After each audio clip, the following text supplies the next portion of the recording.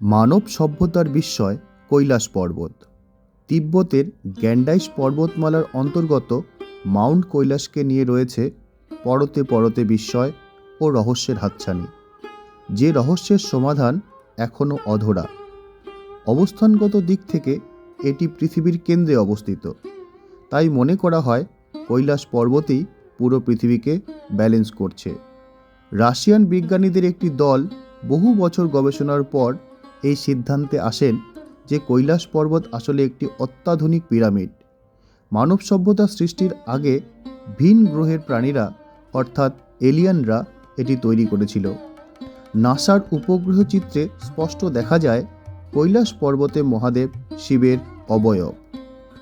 রহস্যের এখানেই শেষ নয়। কৈলাস পর্বতের কাছে আছে দুটি হ্রদ, একটি মানস সরোবর ও অপরটি রাক্ষসতাল। একদিকে মানস সরোবরের জল যখন একদম স্বচ্ছ ও বছরের কখনো এটি জমে না, অন্যদিকে রাক্ষসতালের জল প্রচণ্ড লবণাক্ত এবং প্রাণীর বসবাসে অনুপযুক্ত। যারাই কৈলাস পর্বত আরোহণের চেষ্টা করেছেন তাদের হাতের নখ, মাথার চুল অস্বাভাবিক হারে বাড়তে থাকে, অকাল বার্ধক্য আসে।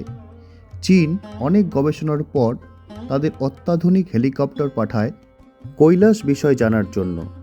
উপযুক্ত আবহাওয়া থাকা সত্ত্বেও হঠাৎ তুষার ঝড়ে এই অভিযান ব্যর্থ হয় এবং 2001 সাল থেকে চীন কৈলাস পর্বত আরোহণ সম্পূর্ণরূপে বন্ধ করে দেয়।